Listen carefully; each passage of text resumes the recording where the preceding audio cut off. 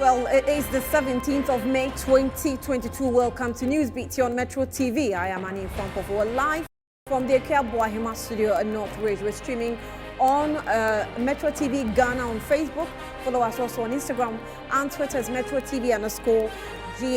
And also on channel 277 DSTV. We'll take a look at the headlines of the story. It's coming up shortly. A story coming in indicates that Fix the Country convener Oliver Barker-Vormawor allegedly arrested again while on his way to court today. We will hear from some members of the group and his lawyers. Unemployed nurses and midwives protest over a government's failure to give financial clearance to post them. We will take you to a live scene of the demonstration while some of them will also join us in the studio. Now, on the foreign front, we have Mali's military junta says it thwarted an attempted coup last week led by Western-backed soldiers. At least that is the allegation. We'll bring you details of that one on the foreign front.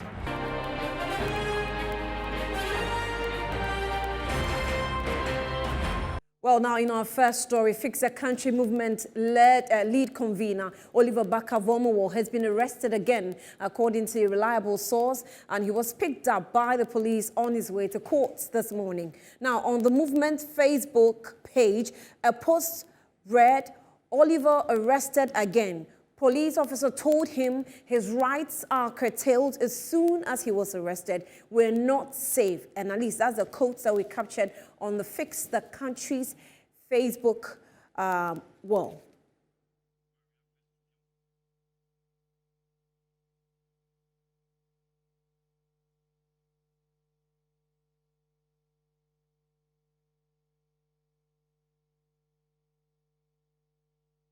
Now let's speak with Felicity Nelson, and she's a convener for Fix the Country movement. Felicity, you're welcome to Newsbeat. Good afternoon to you.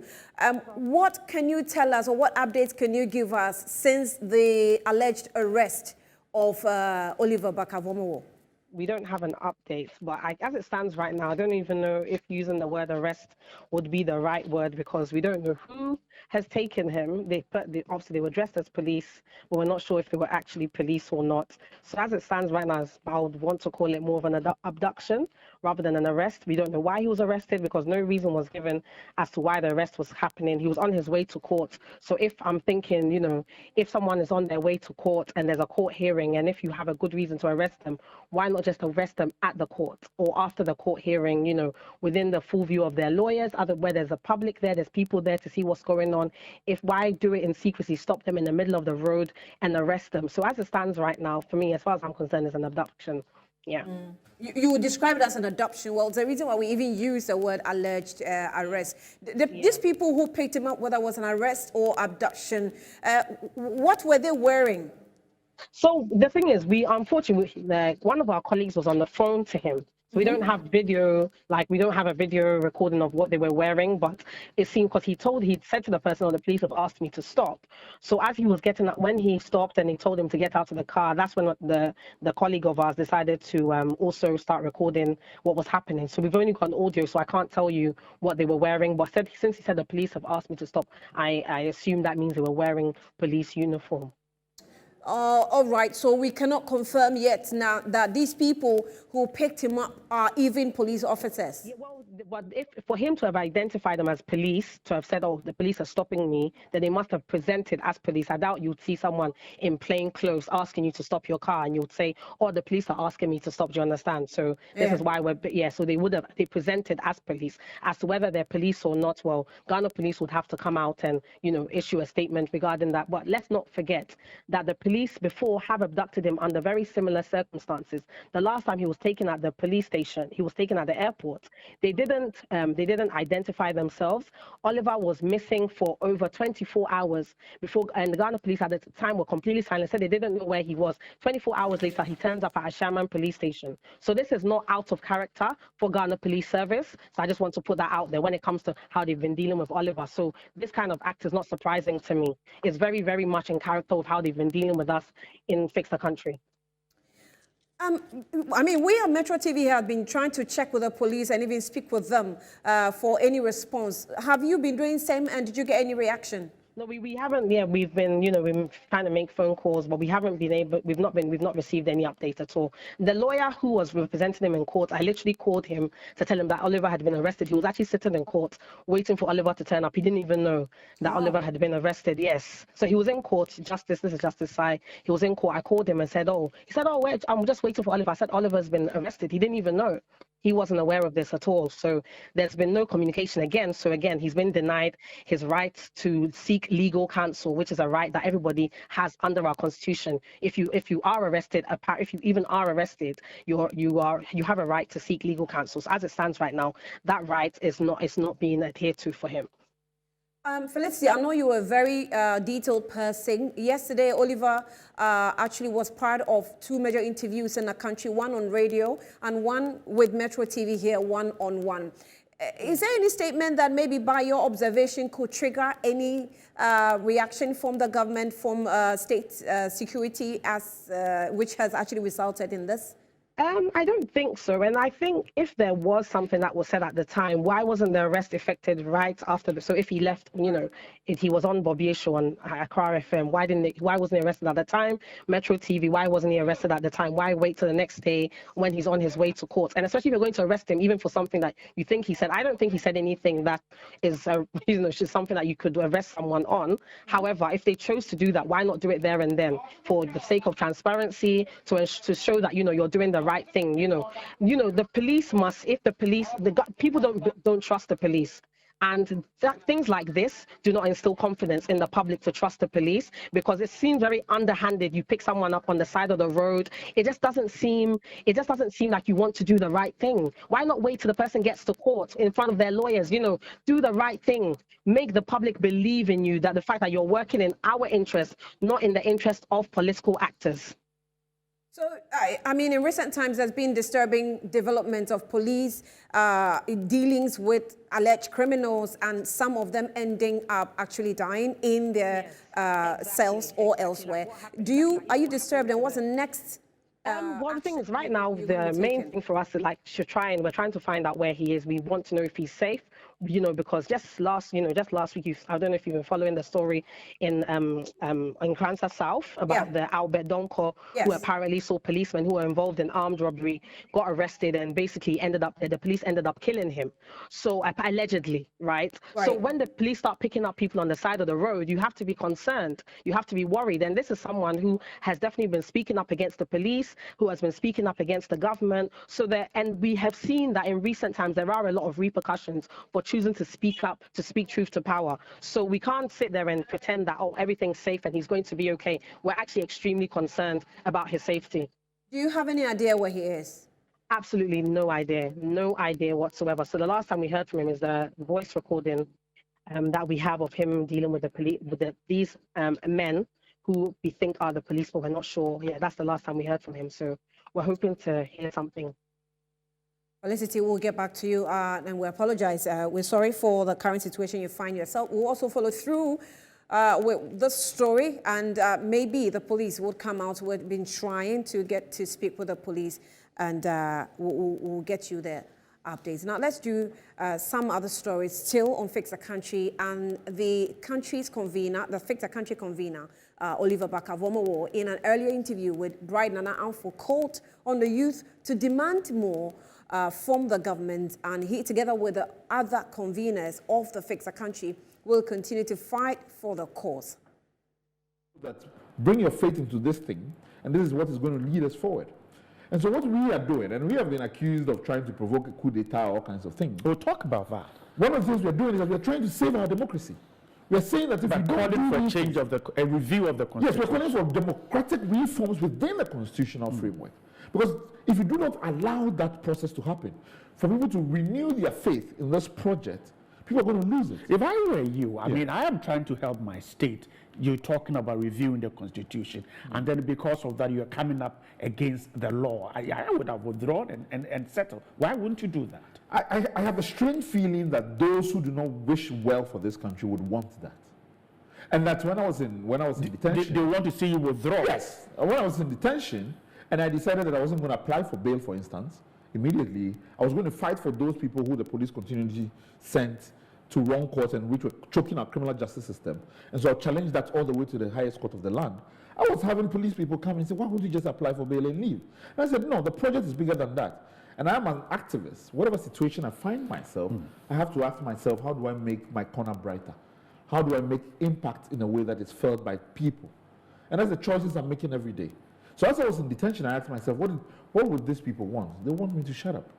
They want us not to produce persons of courage, persons like myself, and they'll be winning, right? And so that mental hold over me, I kind of decided to lose it and do what I can do now in the hope that it provides an avenue and a path for improving our democracy. Because I don't want to be forced into exile. I don't think that our democracy will improve if people who want to, reform the status quo are made to flee from the country. So I wanted to go through the process, and hopefully that allows us to have grander conversations about what it will take. I knew that I would be exposed to the kind of things I was exposed to, including being tortured. And yet you were... And yes, I decided that, I just prayed over it. And one of the things I said is that I think that the biggest thing that can be taken away from me is perhaps my life. And so I had to accept that I've seen people who have died needless deaths in this country, whose lives amounted to nothing. And my only prayer was that if that was to happen to me, at least it provided opportunity for conversation and it sparked a real process towards democratic reforms. And so I prayed and then came. And how were those days in the custody of the police service? When I came in, the real thing happened when I was arrested at the airport, where I was beaten up, spat on, tortured, blindfolded, taken out of the city. And the Attorney General said all this didn't happen in that day. The Attorney General was called and talked about how I was tortured, and he said I was looking for an air condition in the prison cells. There was no investigations into any of the things I have talked about. There was no process to have a genuine attempt to review these facts. And then says it on radio, the Deputy Attorney General. I've decided not to engage because I'm actually going to sue. And then we see what happens. And I'm going to tell, and I'm in the process of telling that story because I want us to hold a mirror to the kind of institutions that claim to love this democracy. All right, as we keep an eye on this development, let's also turn our attention to another disturbing development with nurses. Now, unemployed nurses and midwives protest over government's failure to give financial clearance to post them.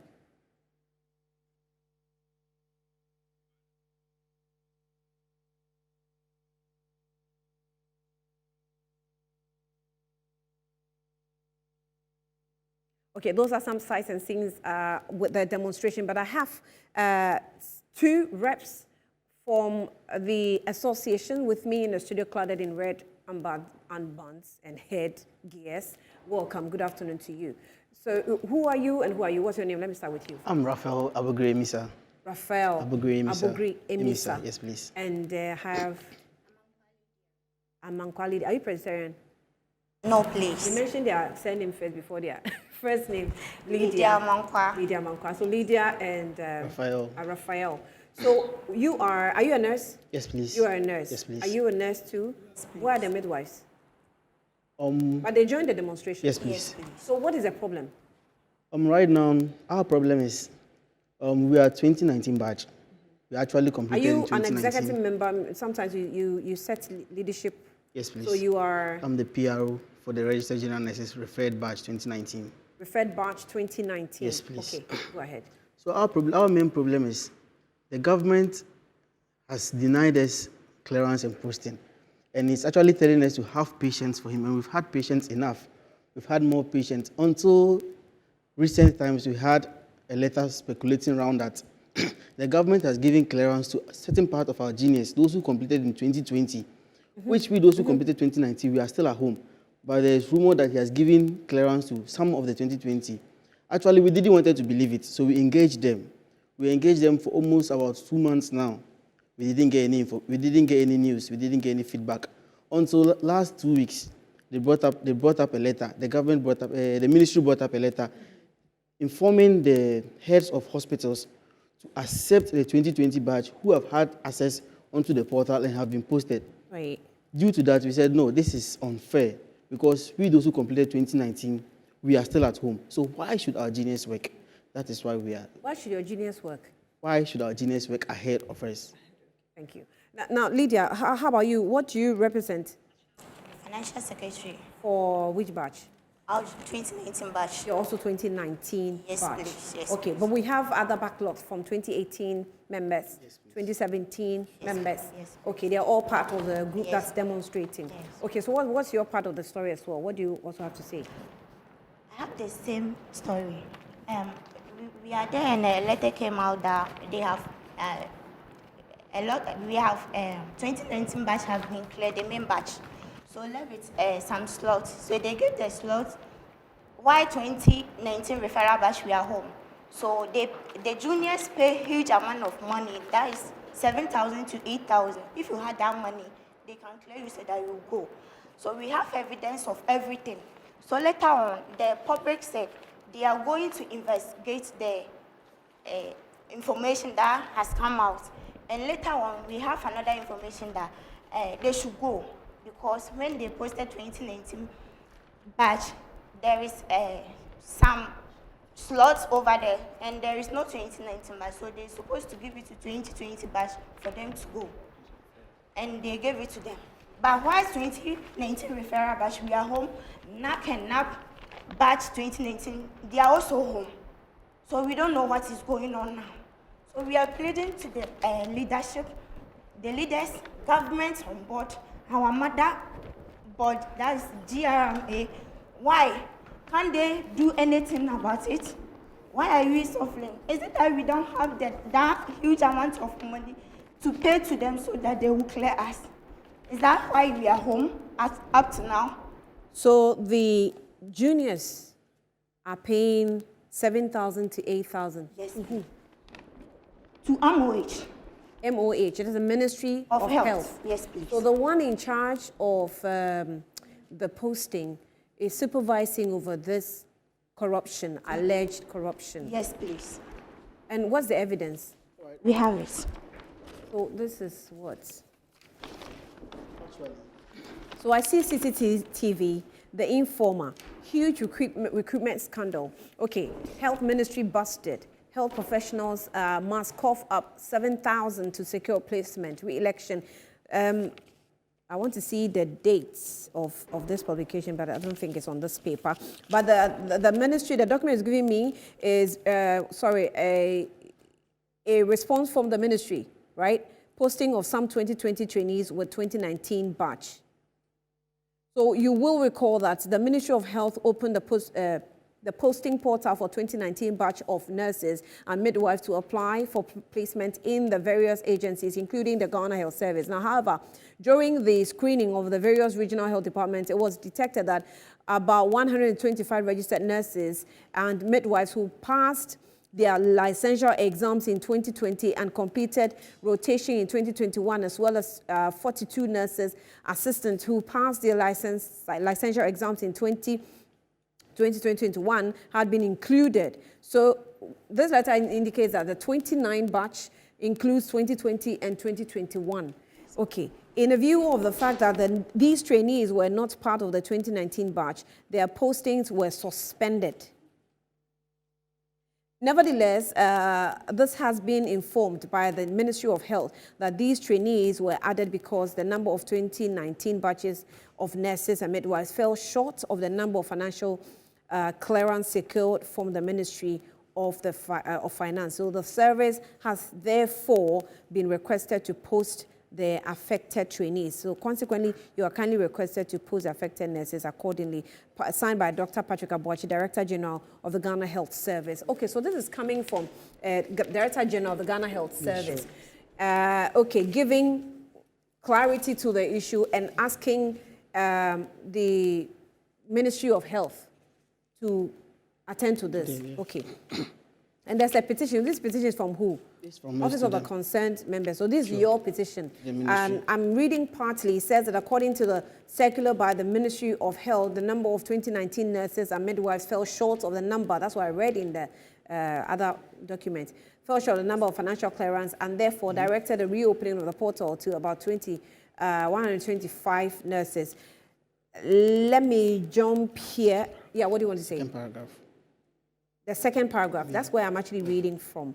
Okay, so it said, but rather finish their mandatory services in February 2020, as well as 42 nurses assistant posters, even though the regional directorate, Ghana Health Service, indicate that the 124 and 42 posting due to the fact that they were of the 2020 batch, the MOH still insisted to get them posted to neglect the 2019 referral batch. Sure. So that's the clarity you want to give. Sure. So what do we do next? The posting is not coming. You're home. Your juniors are being posted. I also know that you have a card, I don't know, a number, The license pin. a license pin, Yeah. which you renew every year. Every year. Yes, please. So what happens? Actually, if you don't renew a year and you're going to renew the next year, that's you've lapsed for 1 year, they'll increase the charge at which you're supposed to pay. That means even if you're in the house, you're supposed to be renewing your PIN, which is not accepted, because if you said we have our PINs and we are supposed to work with a PIN, that is our license. That shows that we are registered. That shows that we are nurses. Right. We are qualified nurses. So if we have such PIN, that means you're supposed to be in the field. Right? Here is the case: we are at home and we are supposed to renew our PINs. We don't have works. Where are we getting the monies from to renew our PINs? What do you want to add to that? I'm just pleading to the motherboard that they should try and do something better for us, because I'm staying at home. I'm not working. I'm not So getting from anything. 2019, you've been at home. Yes, Do you live please. on your own or you live with your parents? I live with my parents. So you depend on them. Yes, please. And so why is it that I can collect money from them and go and renew my PIN too? Collecting chop money from them, buy them, I'll buy pad, everything. So why is it that I'll go to them, they should give me money to go and renew my PIN? How much does it take to renew your PIN? It takes 60 cedis 60 cedis Yes, please. to renew the PIN. And it has been so for how long? for a very long time. For a very long time. It's Yes, been please. 60 cedis for some time now. So your uniform as a nurse is hanging at home. Yes, please. So where do you put it? Do you fold it into your wardrobe? Where do you Actually, put my uniform, I folded it and kept it in my things. I had actually gone to apply for private hospitals, but they'll tell you, are government-trained nurses. They can't employ you, because if they employ you, government will post you very soon and you will leave them. So we've been at home since. We've not had any employment. So my uniform, actually, I had folded it and kept it under my suitcase. You gave up. And My you two is on my wardrobe. fold the uniforms Yes. in your wardrobe. Yes, please. So when you see it, you cry. You're still watching Newsbeat on Metro TV. We'll bring you updates of what's going on with the nurses subsequently. But thank you for making time with us. Let's go for a breather. We'll be back shortly.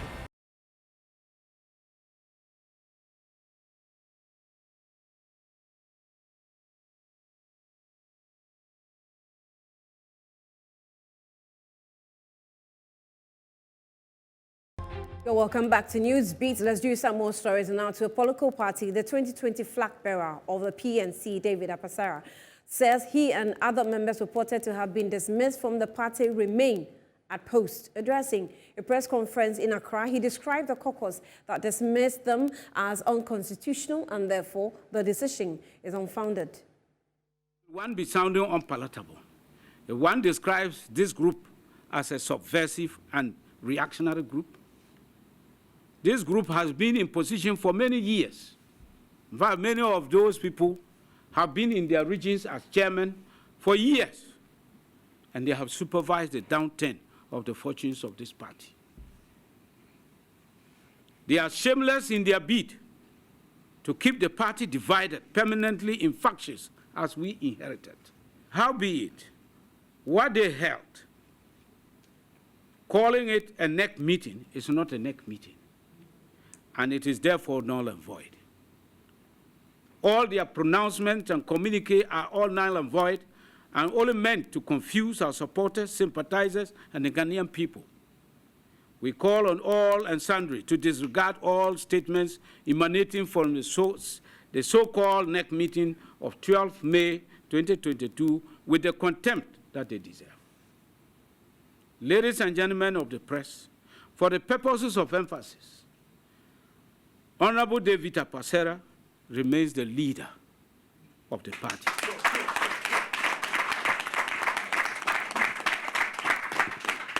Honorable Moses Daniba, the national chairman of the party.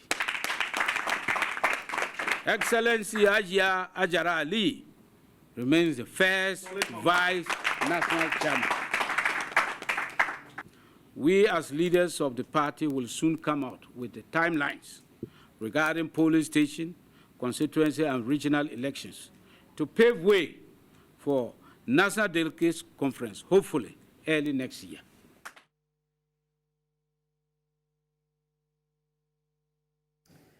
And now the National Service personnel have expressed their displeasure towards the unpayment of April allowances. And now in a release signed by the leadership of the association dated 17th of May 2022, it notified that the allowances for the month of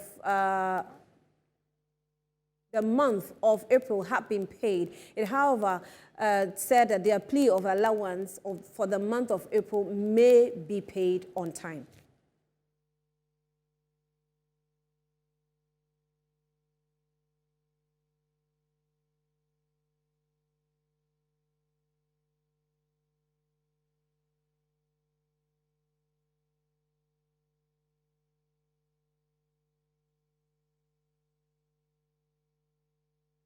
Well, let's get that clarity from the NSS officials. Now, joining us, the president of the National Service Personnel Association, Emmanuel Brimpong Akosa.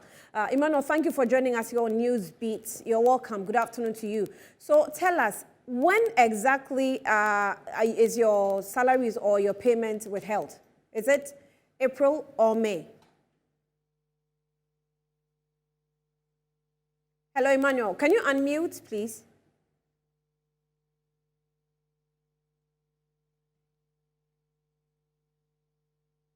Can you hear me, Emmanuel?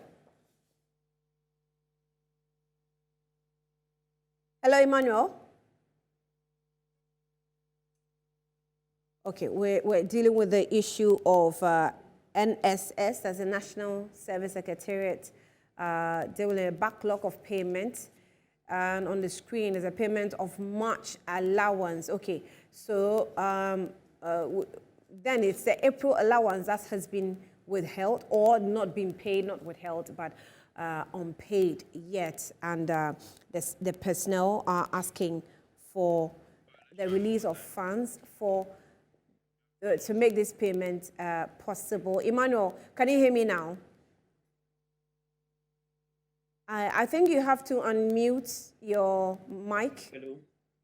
Okay, I can hear you, I think. You're welcome. Good afternoon to you. Okay, good afternoon. All right. So tell me when you have not been paid. Is it April? Okay, thank you very much, and thank you for having me this afternoon. And I would like to take this opportunity to greet all national service personnel in the country, and also encourage them that we are still on course. We are still fighting for what is due us, and we are still fighting a good cause. And I'll answer your question that we are still waiting for our April allowance, as the month of March allowance was paid just yesterday.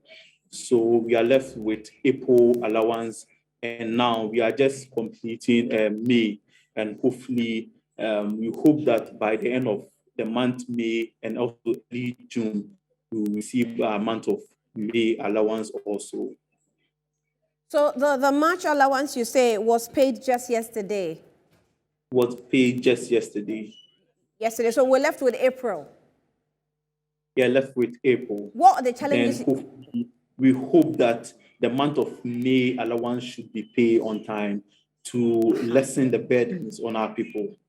Okay, so what are the challenges you're going through not having the April allowance or the delay of the March allowance, which came in yesterday? What challenges did you face due to that? We'd like to register our disappointment in happenings and also what has been going on so far. We've been hammering and also pleading with government in terms of making sure that our general standard of living is being catered for. And what I can say is, since last year, the national leadership has been fighting and also pleading with government to increase the national service allowance. So if nothing has been done yet with regards to our allowance being increased, then we hope and we're expecting that at least they could pay national service personnel allowance on time to lessen the burden. Right. How much are you taking now? We are taking 559.04 now. And the last time our national service allowance was increased was somewhere 2016. So just imagine, and let's ask ourselves, from 2016 to now, 2022, we all can attest to the fact that there's been general increase of staff, increase of living, standards of living, cost of living, transportation, interest rates, food, rent, and name them, everything. Because the value of 559 at or during 2016 is not the same as the value of 559 in 2022 now. Right. So we're expecting that at least something could be done when it comes to the increment of our allowance, but nothing has been done yet. And this is not the first time we are raising such point or such issue. We started, as I said, from our previous administration, and I myself last year during our NASPERIC celebration in Takoradi, I raised similar and same thing, that we need increment in our allowance. Right. And it has really caused a lot of hardship and a lot of displeasure in our people. So we are all saying that at the end of every month, we don't expect anything if they can't even increase our allowance for it. But we expect that at the end of the month, you'll be paid on time. Right. Lessen the burdens. Emmanuel Brimpong Akosa, he's a NASPA president speaking for his people. We'll follow up on that one as well. Now, let's do some more stories. Now, the sole inquirer who looked into the demolition of the structure at the Bulgarian embassy in Accra has recommended the sanctioning of the supposed private developer who caused the destruction of the embassy's building. The developer is also being directed to pay compensation to affected persons in the destruction. These were contained in an excerpt of the sole inquiry's report as released by the Ministry of Lands and Natural Resources. So let's get the slides so that we can get some updates. Okay. The Ministry of Lands and Natural Resources commissioned the sole inquirer to look into the case, and the sole inquirer has brought his findings in a form of report. So right behind me is the building, and the recommendation reads, the ministry, after studying the 149-page report from the sole inquirer, has decided to take the following measures. The ministry accepts the findings and recommendations of the sole inquirer in full. The ministry has begun taking necessary steps to implement the recommendations of the sole inquirer. Since there are pending court cases, specifically suit numbers G1 1008/2021, PA 1335/2017, and GJ 5053/2022 in respect of the subject matter, the ministry has directed the Lands Commission to ensure there is no further development of the land pending outcome of the court cases. 2. Since there are impending court cases, for avoidance of doubt, no persons or entity is to carry out any development on the said land until conclusion of the said cases in court. 3. The sole inquirer established as a matter of fact that the cancellation of the Bulgarian embassy's interest did not follow due process. Since the registration of the assignment of Dr. Yao Edu Ampoma is found, as indicated in the sole inquirer's report, to have been improperly obtained, the ministry has further directed the Lands Commission to take the necessary steps to withdraw consents granted to the said assignment and registration of the interest of Dr. Yao Ampoma, pending the outcome of the court cases. 4. The Lands Commission has directed not to recognize and or register any further transaction in respect of the subject of plots of land until final determination of impending cases before the courts. or an amicable resolution of matters in disputes is reached. 5. The minister, that is Honorable Abu Jinapor, has also written to the Honorable Attorney General and the Minister of Justice to advise the ministry in respect of recommendation 1 of the sole inquirer, which states the following. Mr. Jojo Hagan, who is a private developer, should be sanctioned for not following due processes in the eviction of the alleged trespassers and the demolition of the building, and should be made to compensate the Bulgarian embassy. And in accordance with the recommendation of the sole inquirer, the minister wants to use his good office to attempt a mediation between the parties with hope of reaching an amicable settlement of matters in dispute. If no settlement is reached, the minister would await outcome of the court cases and abide by them. Eunice Osei-Godon, Metro News, Accra. All right, thank you, Eunice, for taking us through these directives by the courts. Now, when contacted by Metro News for a response, the Bulgarian ambassador had this to say.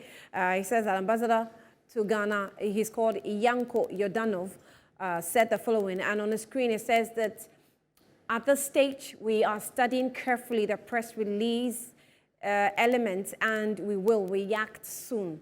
We regret that so far the report itself has not been published fully, or published in full. So this is all he had to say. Now, the minority in Parliament also has questioned the government's refusal to fully publish the sole inquirer's report in the aftermath of the demolition at the Bulgarian embassy in Accra. According to them, the government's deliberate attempt not to make the report public is suspicious and dishonest. Ranking member on the Foreign Affairs Committee of Parliament, Samuel Okudzeto-Ablakwa, joins us via phone for this conversation. Honorable, thank you for your time. You're welcome. Good afternoon to you. Good afternoon, Annie. So, do you actually feel vindicated? It's our work. It's really our duty.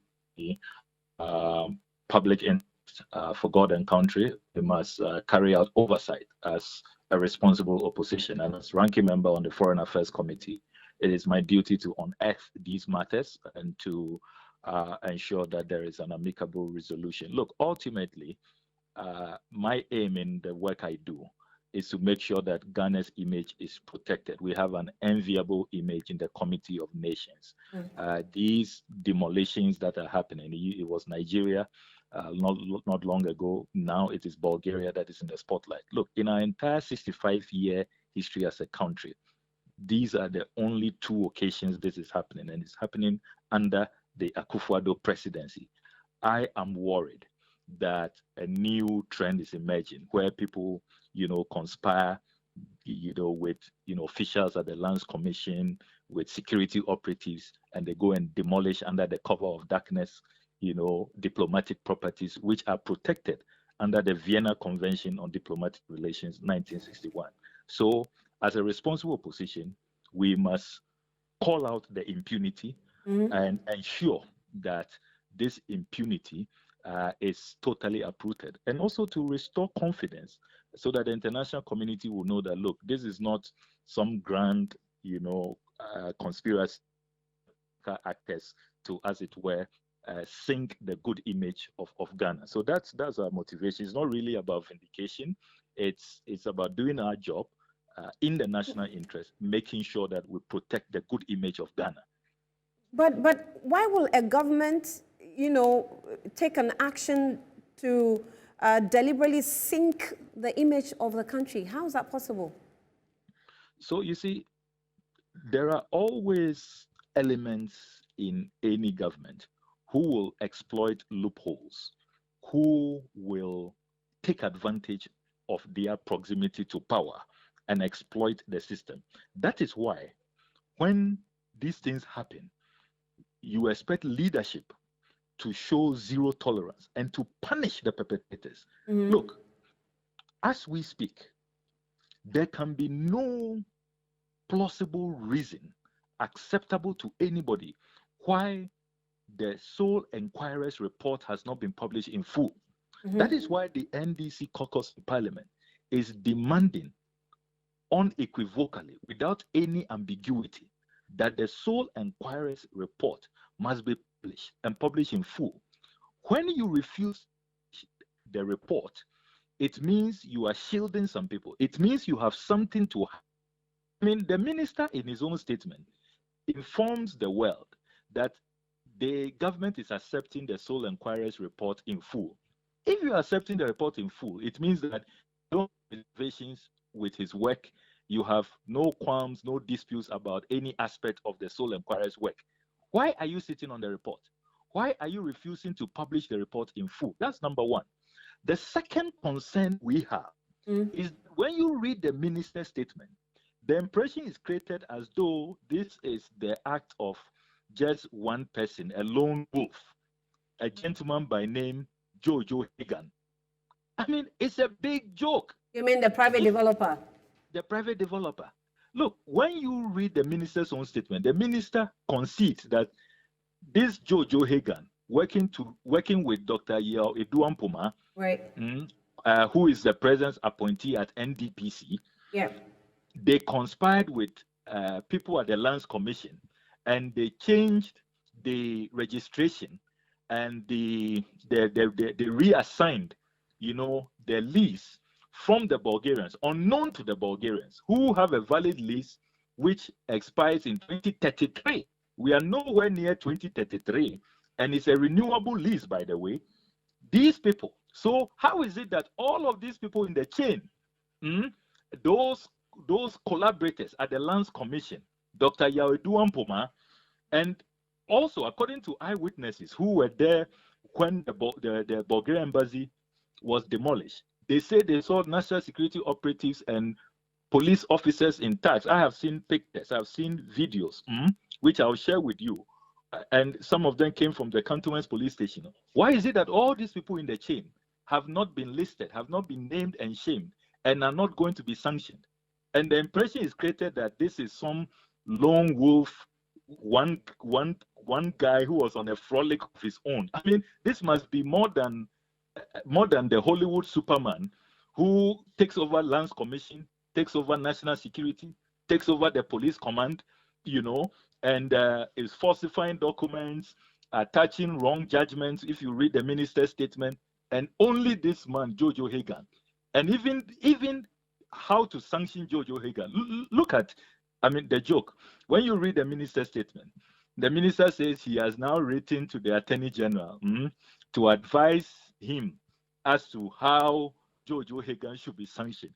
Do you think, Annie, if it was you who was going to violate the Vienna Convention, demolished an embassy, or it was me, I would not be arrested even before the minister's statement is put out? Right. To at least assure the international community that they don't want me to run away or to get away, I'm sure you have a lot of information on this, because I remember when you gave an account of it on Good Morning Ghana some time back. But what will you do, or what will the minority do should the ministry fail to publish the full report? Because we've spoken with the ambassador, and he's also giving his indication of being interested in the full report. We have served notice that when Parliament resumes next week, we are going to ask questions, and we are going to use the parliamentary tools available to us to demand of ministers of state to be accountable to the people. We will demand the full report in Parliament, and we will demand that all those in the chain are sanctioned. Right. I'm grateful ranking member on the Foreign Affairs Committee of Parliament, Samuel Okudzeto-Ablakwa, is also a member of Parliament as well. Now, let's take a break. When we come back, we'll give you updates in the business world.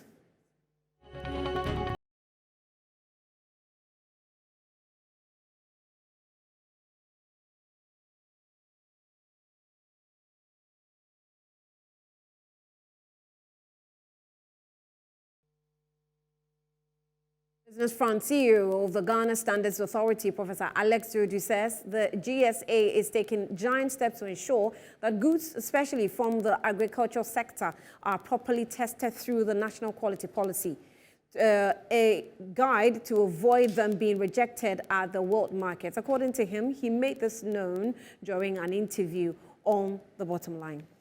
Ghana national quality policy.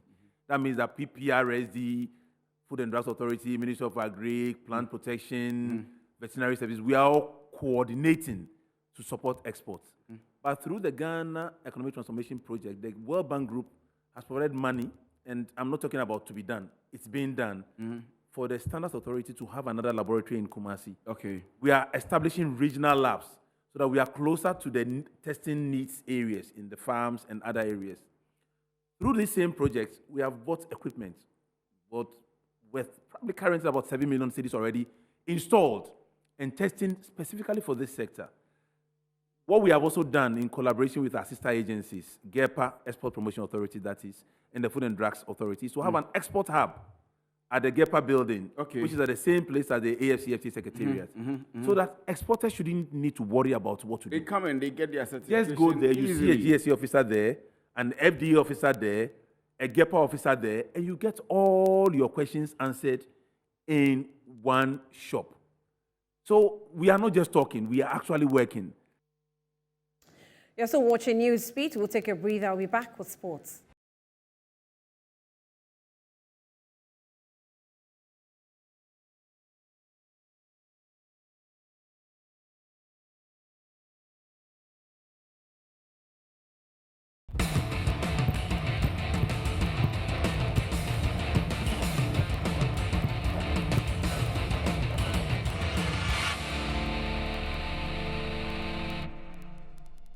Well, good afternoon, and it's time for sports. A veteran football coach and a Ghana Premier League trainer, Jay Sapon, has indicated that the Black Stars' exit from the ongoing West African Football Championship cannot be attributed to the poor performance on the side of the team. It's not a failure.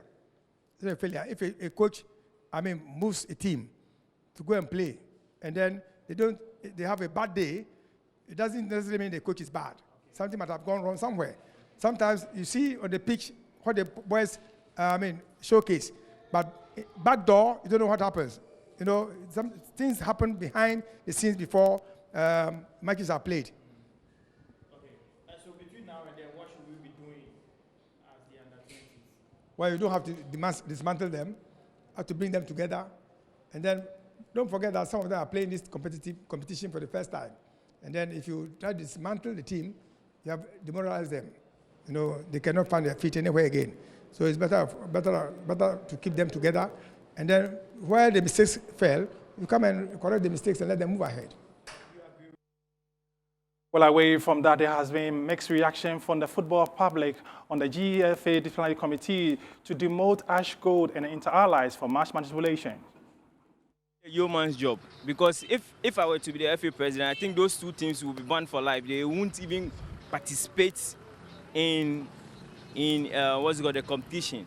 These are some of the things that needs to be done, so that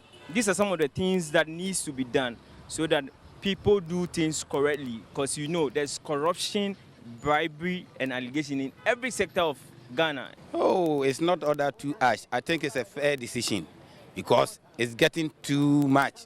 Any time Ghanaian crab is playing, everybody thinks it's a blight is on it. So if they do this thing, that it will motivate those who have never been to this thing before. Because Division 2 they are no shit. So what is Division 1 say next time no say bibisana maybe young fan chahomo. But A cross-section of the football fans reacting to the decision by the FA Disciplinary Committee to demote the lives of Ash Gold and Inter Allies for match manipulation during Ghana Premier League last year. That's your sports. My name is Faye John Quartet. Desi standing by for Showbiz. Yes, up next is entertainment news.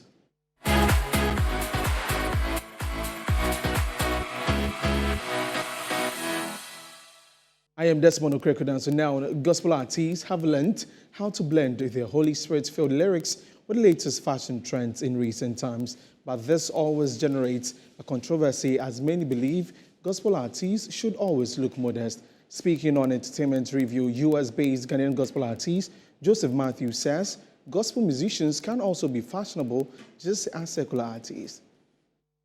You already answered the question in what you're saying, that in Ghana, because why in Ghana is because of your cultures and tradition. Right.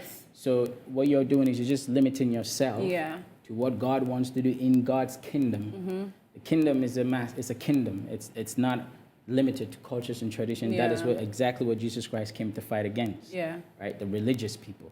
And that is what religion is. Yeah. So I'm 100% against that. So, you know, it's about doing work for the kingdom of God. I don't see why you kind of have a guy wearing locks and singing praises to God. Right. But what makes you think it's okay for a pastor to cut a back bush hairstyle? Who gave that pastor that right.